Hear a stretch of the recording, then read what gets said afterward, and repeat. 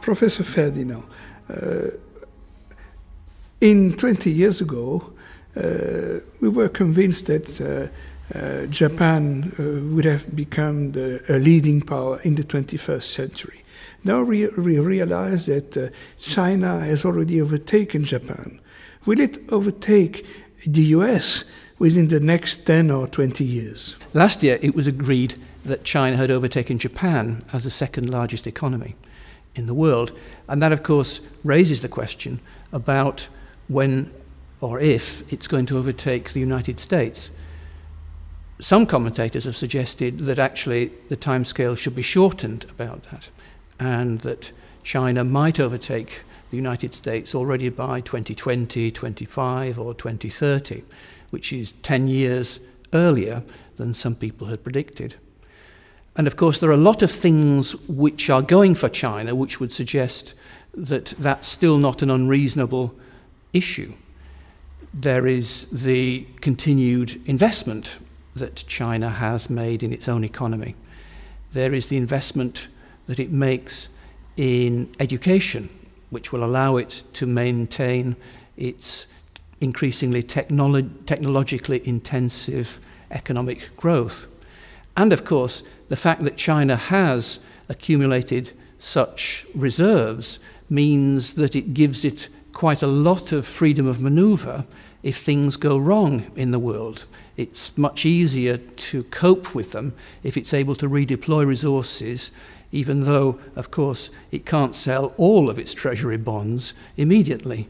So there are constraints even on what a state with almost $3 trillion in US dollars foreign exchange reserves can do. But it would be, of course, also unrealistic to think that China's growth into the indefinite future can be predicted with absolute certainty. There are a lot of things that could go wrong. There are the problems about social unrest. There are a lot of demonstrations that take place over issues of corruption by officials. There are the problems about welfare and discontent over the costs of living that people have to put up with. There are also the social constraints over housing and the possible housing bubble that seems to be emerging, and which, if it burst very painfully, would have big implications for the rest of the economy. And of course, there are also other external factors which need to be borne in mind. Is it the case that the United States is going to limit its complaints about China's manipulation of its currency just to diplomatic rhetoric? Is the United States going itself to become more protectionist? And how might China respond to that? Because the Chinese leadership know that they aren't completely autonomous from the United States. They have to respond to what the United States does. They're dependent upon the Chinese economy, upon the United States economy. So all of those things are relatively immediate problems that could disrupt the otherwise apparently smooth growth of the Chinese economy. And this week, we've been reminded by the fact that environmental issues could also cause a lot of disruption for China too.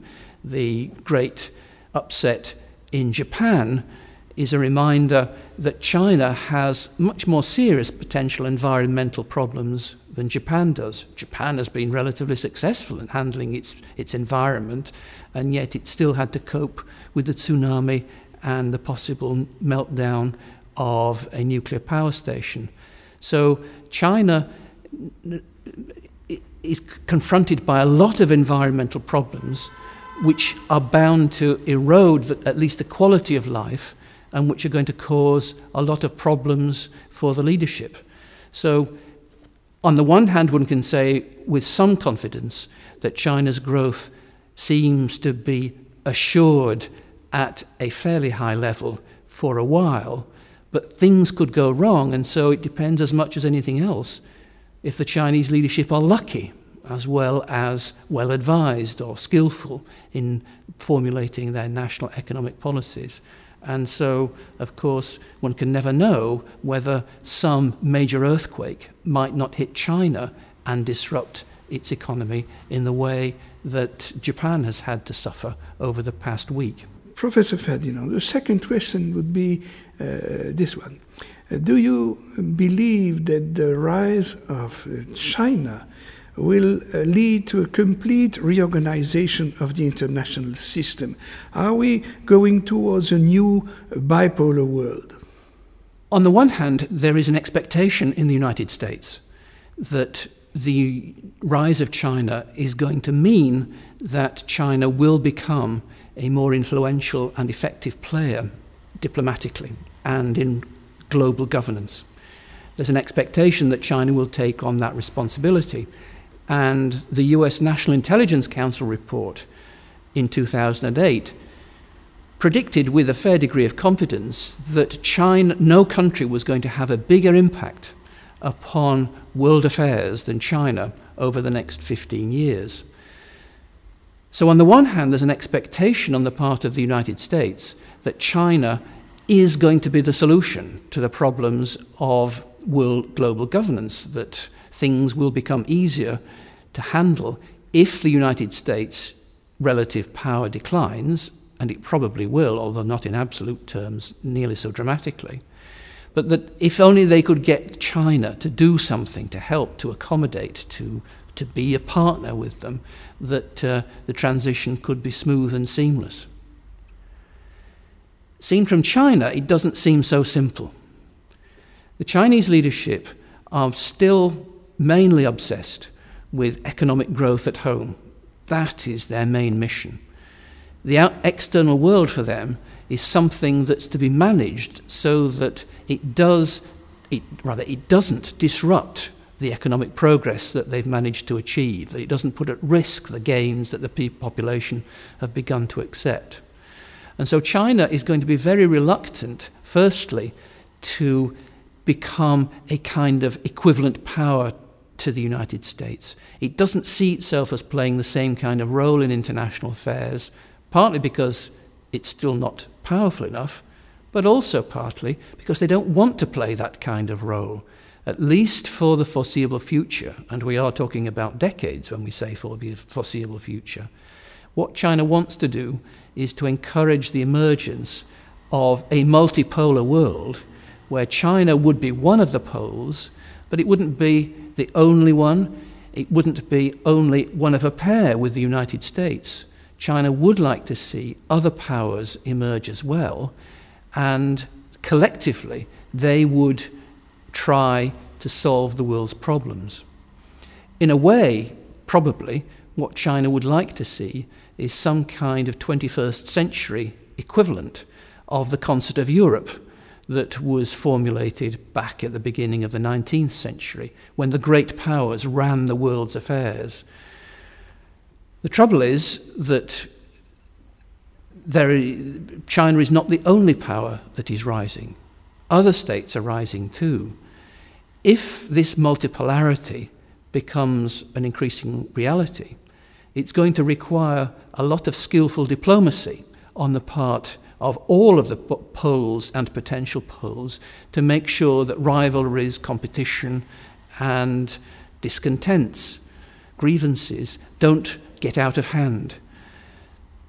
In one sense, that's a good thing, because China is becoming a lot more successful as a diplomatic player.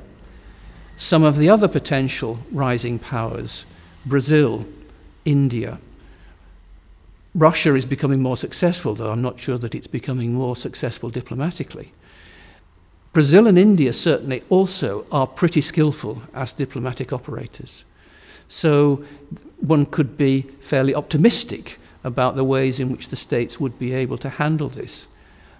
But they're always vulnerable to some kind of unexpected upset, some kind of major challenge that suddenly gets out of control, something that ultimately led to the First World War with the rise of Germany. Nobody wanted it. It just happened. The states, however skillful they were as diplomats, didn't manage to neutralize that, and things went wrong. So there are, of course, a lot of challenges as well. China and India is a problem. Is that going to be handled smoothly? Is China's relations with the United States going to be handled smoothly too? It depends upon the United States being good at diplomacy, and that's not always been obvious in the past. But there are some things that China too really regards as red line issues, which the United States has a very different view on. For instance, Taiwan. If there was to be some kind of major confrontation over Taiwan again, then it's difficult to see how this would not have a harmful effect upon the international system. So there are lots of issues which China is confronted by, and where the impact upon the failure to handle them properly could have really serious consequences in other parts of the world. We have to be optimistic that the states are going to be good at doing that, but one couldn't be blindly hopeful that every single issue was going to be handled, was going to be resolved successfully. So how good are states going to be at becoming diplomatic actors? Of course, Europe has something to say about that as well, because Europe has been, in some ways, pretty good at handling diplomatic relations. But is Europe itself going to be a presence of significant equivalent weight to China or India or any of the other rising powers? I would have to say that I'm not sure that Europe is ready for that yet. But if it did, then clearly China would be willing and encouraging, because China would hope that Europe could be a cooperative pole in a multipolar world as well. We shall just have to wait and see.